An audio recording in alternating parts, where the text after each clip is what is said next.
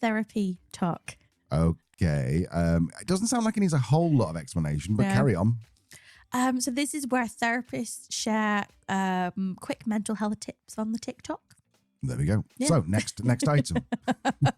No, it's quite interesting, actually. I saw an article on it. So some of these experts are becoming kind of TikTok famous. There's a therapist called Jeff Gunther, who's got more than 2.8 million followers, and another called Meg Josephson, who started posting online, basically debunking myths, and now not only has a huge following, but a book deal.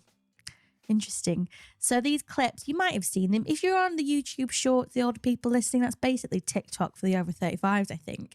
But these clips will be advice on recognizing suicide warning signs, handling anxiety, and they really are getting millions and millions of views. And it sounds pretty good, doesn't it, actually? Because it's real experts sharing proper advice, not just this influencer stuff, with an audience that might not be able to access or afford this kind of support. But what this article is pointing out is, how would you actually feel if you stumbled across your own therapist on TikTok? Ooh.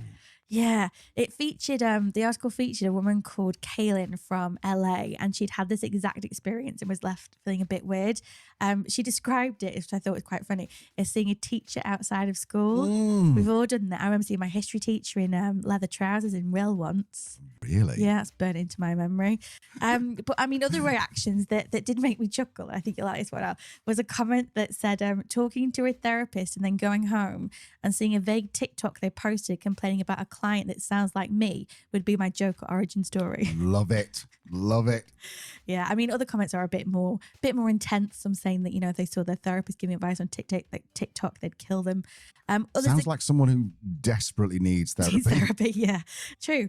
Others are more supportive. Other people are saying, they saw their therapist talking about their own behavior on TikTok. They wouldn't be mad because it was true and they experienced it.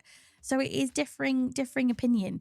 But you have to wonder, don't you, like how much of it is kind of like playful exaggeration, like the joke or comment, and how much is actually a bit of a genuine concern.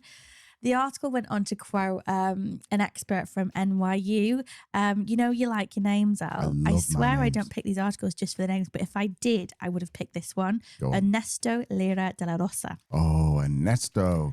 Yeah. Buenos dias, Ernesto. Buenos dias.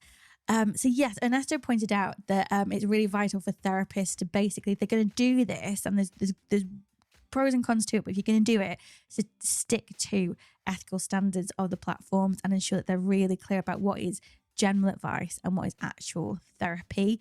And I mean, of course, the conversation extends into other fields too.